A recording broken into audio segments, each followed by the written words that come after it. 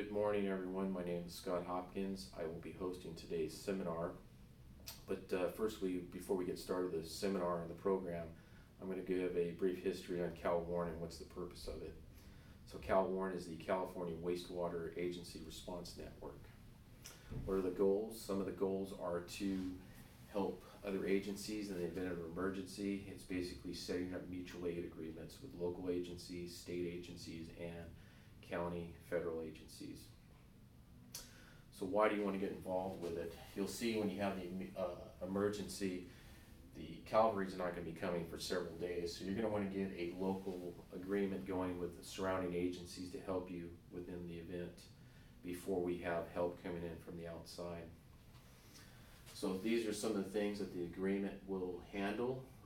They'll help you with deployment resources, staging, bringing other utilities in from other areas of the state or the county or even the federal areas.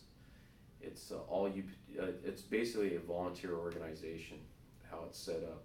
When you use resources from another agency, you're not charged for using those resources. You're only charged for the commodities like the fuel, oil, stuff like that. These are the regions for calwarn. This is the region we're locally in here. This is probably the largest operational region for utilities. Even though these counties are much bigger, we have most utilities are in these areas in Southern California.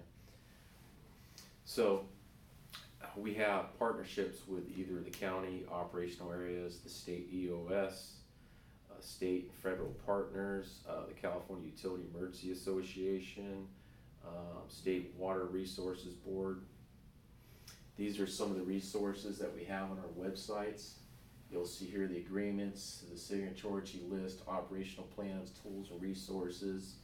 These are some of the national sites that you can visit to get more information on it. So why do you want to utilize a warrant for response? So we'll go into that. It's pretty important. There's a lot of other utilities that do this, like electrical utilities and gas utilities, oil, and other agencies.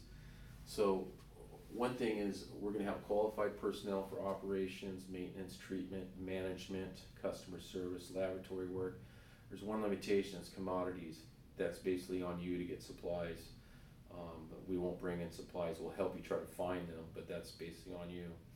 So you have small events, which would be utilities to utilities, large events that could be coordinated through the county operation area, and the water sector position.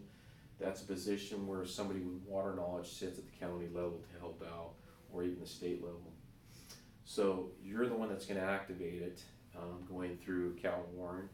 Also, it's going to go up through the county, small incidents, large incidents. Why do we coordinate? For information and resources.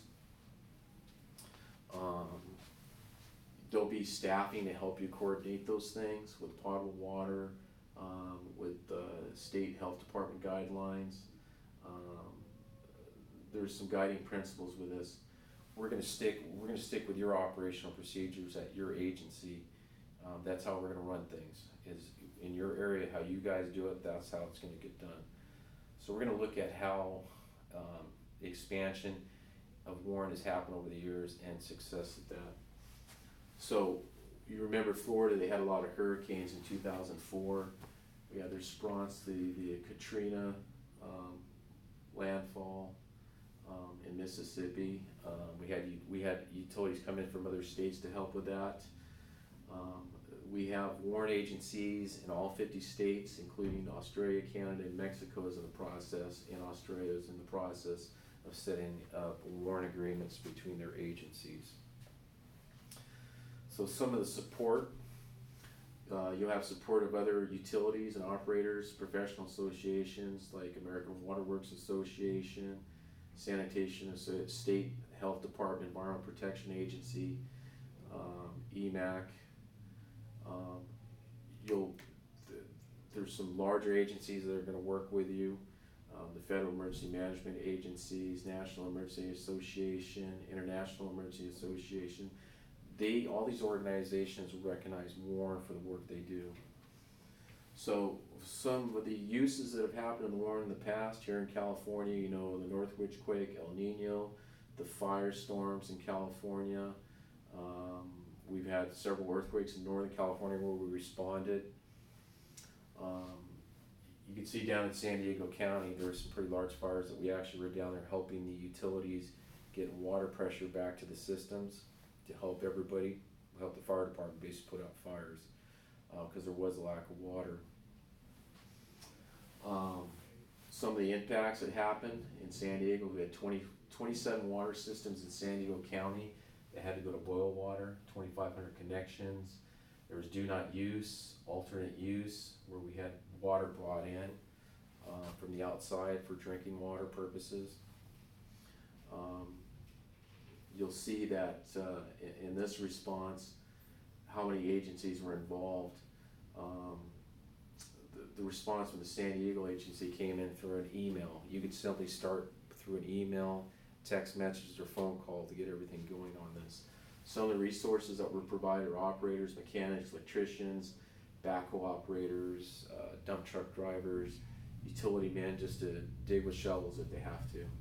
You remember the Baja earthquake at 7.2, 90 miles south of the border. I'm not going to read all this, but we had probably 200 personnel brought in from the outside to help with that earthquake. There was a lot of damage to the system.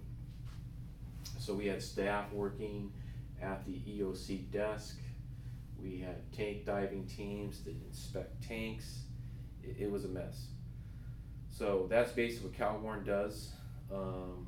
Like I said, it's statewide, it's national, it involves all utilities. So if you have any further questions, don't hesitate to either contact calwarn at their website. There's a lot of good information there, or you can contact me directly at the telephone number. Thank you.